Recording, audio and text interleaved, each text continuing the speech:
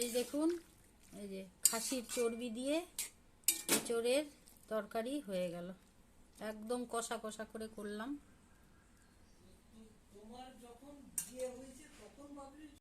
কাঁঠালটা কেটে বেশ ধুয়ে, ভালো করে ধুয়ে প্রেসারে দিয়ে দিলাম। এবার একটা সিটি দিয়ে নিব। একটু হলুদ দিয়ে দিলাম, একটু লবণ দিয়ে দিলাম, একটু জল দিয়ে এবার একটা সিটি দিয়ে নামিয়ে নিব। কাঁচা লঙ্কাগুলো পেকে গেছে, তো লাল লাল হয়ে গেছে। এগুলো বেটে তরকারিতে দিয়ে দিব। বেটে নেই এখন। গোটা জিরা একটু ভেজে নিব তরকারিতে দেওয়ার জন্য।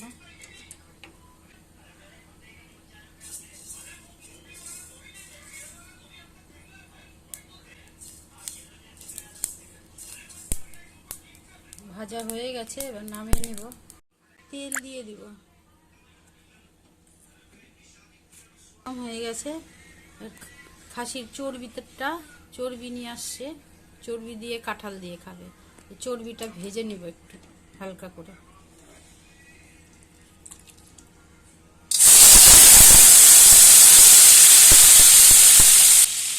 হলুদ দিয়ে দিব,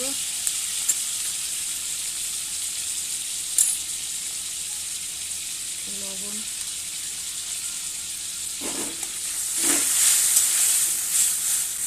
পরে দিব তরকারিতে। হালকা করে একটু ভেজে নিব, বেশি ভাজলে আবার গলে যাবে।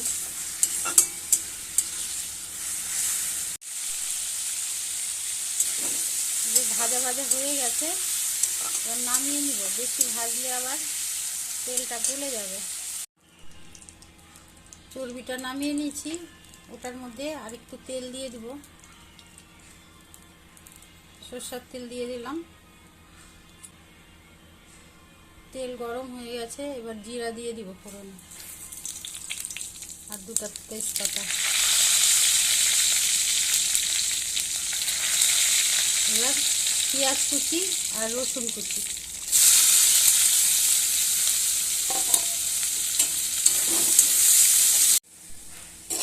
পেঁয়াজগুলো লাল লাল করে ভাজা হয়ে গেছে। কাঁচা লঙ্কা, যে লাল কাঁচা লঙ্কা বেটে রেখেছিলাম, বাটা কাঁচা লঙ্কা বাটাটা দিয়ে দিলাম। লাল লাল কাঁচা লঙ্কা বাটা। হলুদ দিয়ে দিলাম, আর একটু সামান্য একটু কালারের জন্য শুকনো লঙ্কার গুঁড়ো দিলাম। এবার মশলাটা কষিয়ে নিব।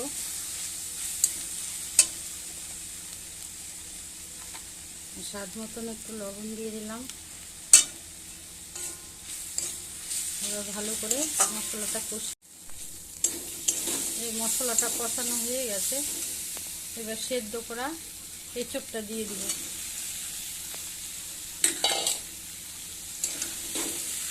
ভালো করে এটার সঙ্গে একসঙ্গে মশলাটা দিয়ে কষিয়ে নেব। ভালো করে এবার কষাবো, মশলা আর এঁচোড় একসঙ্গে কষাবো। ভালো করে কষিয়ে নিয়েছি মশলার সাথে। এঁচোড় কষানো হয়ে গেছে। এবার দিয়ে দিব গরম জল।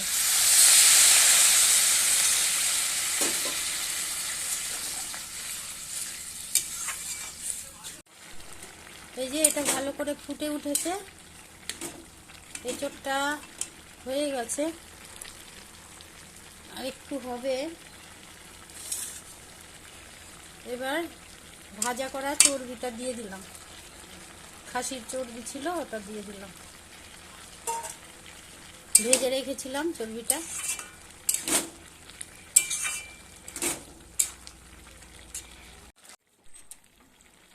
ভাজা জিরা দিয়ে দিয়েছি। ভাজা জিরা মানে ভাজা জিরা যে বেটে রেখেছিলাম ওইটা দিয়ে দিলাম। এবার গরম মশলা দিয়ে দিব।